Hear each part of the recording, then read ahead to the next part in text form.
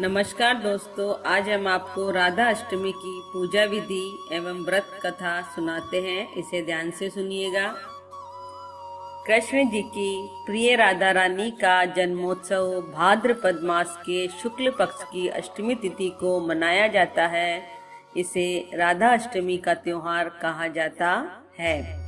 कृष्ण जन्माष्टमी के 15 दिन बाद जन्माष्टमी की तरह राधा अष्टमी का त्योहार भी मथुरा, वृंदावन और बरसाने में बड़े जोर शोर के साथ मनाते हैं। शास्त्रों के अनुसार राधा रानी के पिता का नाम वृषभानु और माता का नाम कीर्ति था। राधा जी स्वयं लक्ष्मी जी का अंश थी।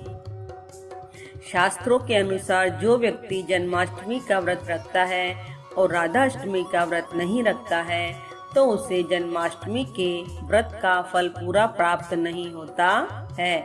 इस दिन जो भी व्यक्ति सच्चे मन से और श्रद्धा से राधा जी की आराधना करता है तो उसे अपने जीवन में सभी प्रकार के सुख और साधनों की प्राप्ति होती है और उसे अपने जीवन में किसी भी प्रकार की परेशानी का सामना नहीं करना पड़ता।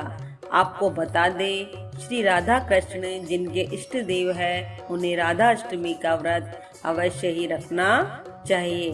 श्री राधा रानी के भक्तों के घर में सदा ही लक्ष्मी जी का वास रहता है। माना जाता है कि इस दिन राधा जी से मांगी गई हर मुराद पूरी होती है। जो भी मनुष्य राधा जी के नाम का मंत्र एवं जाप करता है उसे धन की प्राप्ति होती है, साथ ही मोक्ष भी मिलता है। संतान और पति की लंबी आयु के लिए भी इस व्रत को खास महत्व दिया जाता है। चलिए बात करते हैं राधा अष्टमी की पूजा विधि के बारे में। तो आपको बता दें, राधा अष्टमी के दिन शुद्ध मन से व्रत का पालन किया जाता है। इस दिन प्रातः काल उठकर स्नान करके स्वच्छ वस्त्र धारण करें। फिर राधा जी की सोने की या किसी अन्य धातु से बनी हुई मूर्ति की स्थापना करनी चाहिए। यदि आपके पास धातु की मूर्ति ना हो तो आप मिट्टी की मूर्ति या फोटो की पूजा कर सकते हैं। फिर इसके बाद पूजा स्थल में पहले कलश स्थापित करें, एक तांबे का बर्तन रखें और राधा जी की मूर्ति को पंचामृत से स्नान कराएं और राधा जी को सुंदर वस्त्र और आभूषण पहनाएं। तत्पश्चात एक लकड़ी की चौकी पर लाल वस्त्र बिछाकर राधा जी की मूर्ति स्थापित करें। साथ ही कृष्ण जी की भी पूजा करनी चाहिए। अब राधा कृष्ण की विधिवत पूजा अर्चना करें।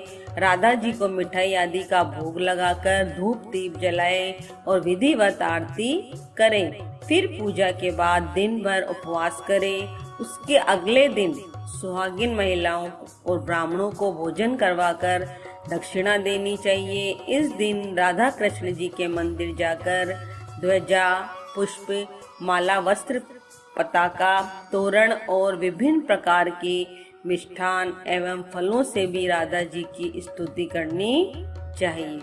इससे राधा रानी के आशीर्वाद और धन की कभी भी कमी नहीं रहेगी और आपके जीवन में खुशियां ही खुशियां आएगी। कथा इस प्रकार है। राधा श्री कृष्ण के साथ गोलोक में निवास करती थी। एक बार देवी राधा गोलोक में नहीं थी। उस समय श्री कृष्ण अपनी एक सखी विरजा के साथ गोलोक में विहार कर रहे थे। राधा जी यह सुनकर क्रोधित हो गई और तुरंत श्री कृष्ण के पास जा पहुंची और उन्हें भला बुरा कहने लगी।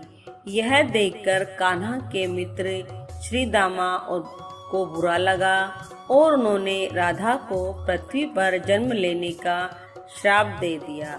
राधा को इस तरह क्रोधित देखकर विरजा वहां से नदी रूप में चली गई। इस श्राप के बाद राधा ने श्री दामा को राक्षस कुल में जन्म लेने का श्राप दे दिया। देवी राधा के श्राप के कारण ही श्री दामा ने शंखचूड़ राक्षस के रूप में जन्म लिया।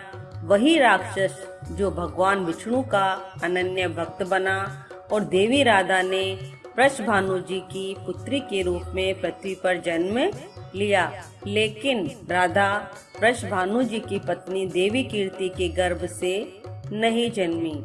जब श्री दामा और राधा एक दूसरे को श्राप दिया, तब श्री कृष्ण ने राधा से कहा कि आपको पृथ्वी पर देवी कीर्ति और वृषभानु जी की पुत्री के रूप में रहना है।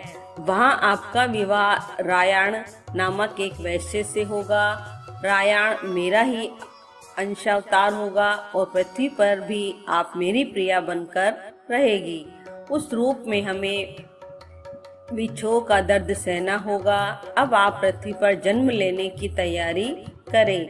सांसारिक दृष्टि में देवी कीर्ति गर्भवती हुई और उन्हें प्रसव भी हुआ, लेकिन देवी कीर्ति के गर्भ में योग माया की प्रेरणा से वायु का प्रवेश हुआ और उन्होंने वायु को ही जन्म दिया। जब वह प्रसव पीड़ा से गुजर रही थी, उसी समय वहां देवी राधा कन्या के रूप में प्रकट हो गई। आपको ये कहानी कैसी लगी? इसे लाइक कीजिए, सब्सक्राइब कीजिए और बने रहिए चैनल के साथ। जय जय श्री राधा रानी।